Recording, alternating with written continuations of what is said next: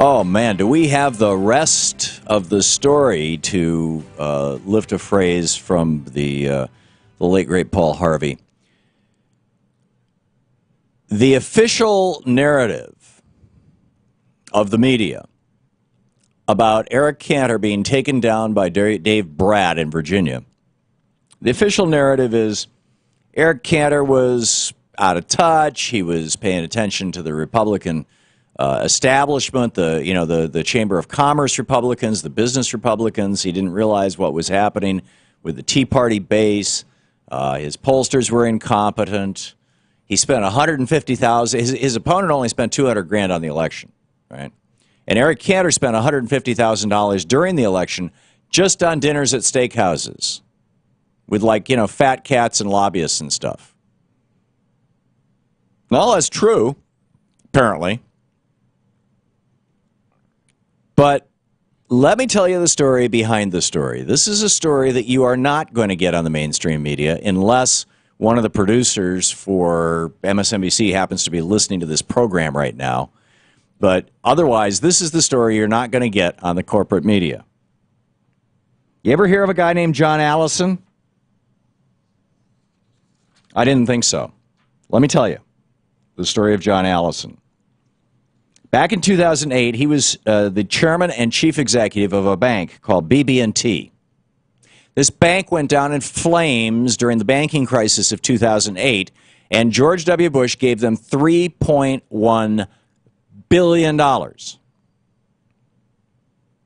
John Allison took a hefty paycheck and left that bank to take a job as the chairman and CEO of the former Charles Koch Foundation, now known as the Cato Institute. But before he had done that, back when the bank was rolling in money, John Allison had been the chairman. Let me find the story here. This is from The Street, an article that was published on 8/13 of last year. The headline, Paul Ryan, bb&t shrugged off banking bailout, street whispers by Philip Van Dorn. Allison has worked through the bb&t Charitable Foundation to provide grants to schools, this is colleges, that agree to create courses on capitalism that will feature the study of Atlas Shrugged.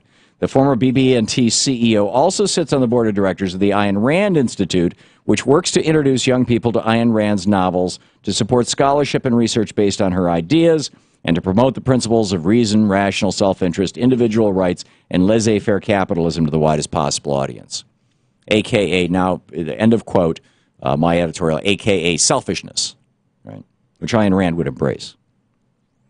BT&T got its TARP assistance in November of 2008 from George Bush. And just after that, John Allison left bb&t.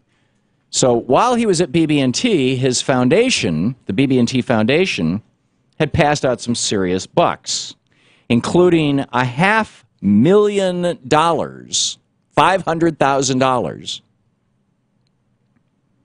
to Randolph-Macon College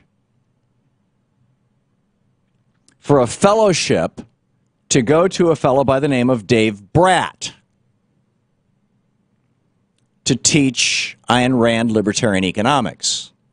This is how they get these wackadoodle right-wing professors into the colleges. They give the college $500,000. Presumably some of that money ended up in Dave Brat's pocket, probably into all of his salary. So this guy, the head of this bank, takes the bankster's money, your and my money, right? You're in my money through our mortgages. You're in my money through the TARP bailout. They take middle-class taxpayers' money and mortgage money, and they use it to install a right-wing Ayn Rand libertarian preacher. And by the way, the guy is a preacher. He's got a doctorate in divinity, which is really bizarre because last night he was talking about religion and God made all this happen and how he's a fundamentalist Catholic. Ayn Rand said anybody who's religious is not an objectivist. You can't be. You've got to be an atheist to be an objectivist. But the guy is teaching Ayn Rand, so go figure. See, this is how this demonstrates how it's not about ideology. It's not about being a true believer. It's about the money. So the multimillionaire banker gives $500,000 to this university. What's the name of the university here? It is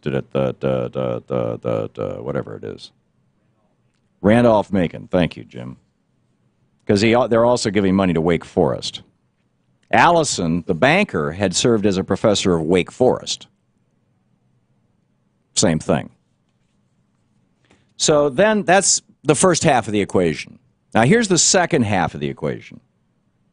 So you've got this Randolph-Macon College economics professor who is there by virtue of largesse from the Koch brothers and a banker in their employ, the head of the Cato Foundation, Cato Institute, the former Charles Koch Foundation, decides to run for Congress against Eric Cantor. So then we go to an article in Politico that should have been the blockbuster article of the year. I am quoted in this article. It's written by Kenneth Vogel, and Mackenzie Wegner from April 17th of this year. It's titled The Tea Party Radio Network. And who are the people who are claiming that they made Dave Brat, that they took down Eric Cantor? We have SOTs on this, don't we? Do we have clips on this? Well, no, we've got something close to it. We'll get to that a little later. But, you know, if you look at Fox News, all over Fox News, you can see this over at MediaMatters.org. The people taking credit for Eric Cantor losing and Dave Brat winning are Laura Ingraham and Mark Levin. Let me read you from this Politico article. Conservative groups have spent nearly $22 million to broker and pay for involved advertising relationships known as sponsorships with a handful of influential talkers, including Beck, Sean Hannity, Laura Ingraham, Mark Levin. $22 million and Rush Limbaugh. Between the first talk radio deals in 2008 and the end of 2012, this is what they got from the IRS and the FEC.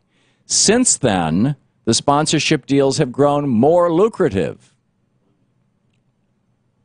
So here you have Laura Ingraham and Mark Levin, and let me for the record say, I have never taken a penny from a left-wing billionaire or from a left-wing think tank. And frankly, I don't know anybody in Progressive Talk Radio who has. The opportunity isn't even there to ask for it, to the best of my knowledge. But in any case, here you have $22 million going to these right-wing talkers. And among the people with their hands out taking the money, in fact, Mark Levin, according to this report, took $757,000 just in 2012. When he joined, quoting from the article, when he joined David Koch and AFP President Tim Phillips in boosting Utah Senator Orrin Hatch. So basically, they're being paid to promote politicians. Laura Ingraham and Mark Levin taking all this money and trashing Eric Cantor and promoting Dave Brat to some demigod. This is how dark money works. And frankly, I'm guessing that Eric Cantor was unaware of it because he had become an establishment Republican. And he thought that the Republican Party was business people, was the Chamber of Commerce. And he didn't realize that there was this group of revolutionary insurgents led by the Kochs who were taking over the party.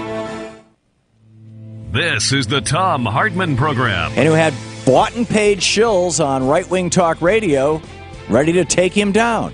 Totally blindsided him. We'll be back.